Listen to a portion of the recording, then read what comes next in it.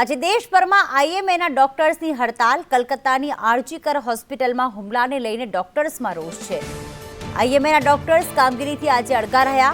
OPD અને surgery સહિતની કામગીરીથી અડગા રહ્યા. આરોગ્ય મંત્રી જેપી નડ્ડા સાથે તેમણે મુલાકાત કરી હતી. તો તમામ ડોક્ટર્સ આજે હડતાલ પર છે. માત્ર ઇમરજન્સી સેવાઓ શરૂ રહેશે. આ ઉપરાંત ગુજરાતના ડોક્ટર્સ પણ જોડાયા છે, જે પણ ઇન્ડિયન મેડિકલ એસોસિએશન સાથે એસોસિએટ જે ડોક્ટર્સ છે તે તમામ આજે કામથી અડગા રહ્યા છે. તબીબોની માંગ છે કે હોસ્પિટલ્સને સેફ ઝોન જાહેર કરાય. કલકત્તાના આરજીકરમાં 31 વર્ષીય એક ઇન્ટર્ન સાથે જે બળાત્કાર અને ત્યારબાદ જે હત્યાની ઘટના બની છે તેના લઈને ભારોભાર રોષ ડોક્ટર્સમાં જોવા મળી રહ્યો છે. હોસ્પિટલમાં સીસીટીવી લગાવવામાં આવે તેવી પણ ડોક્ટર્સ માંગ કરી રહ્યા છે.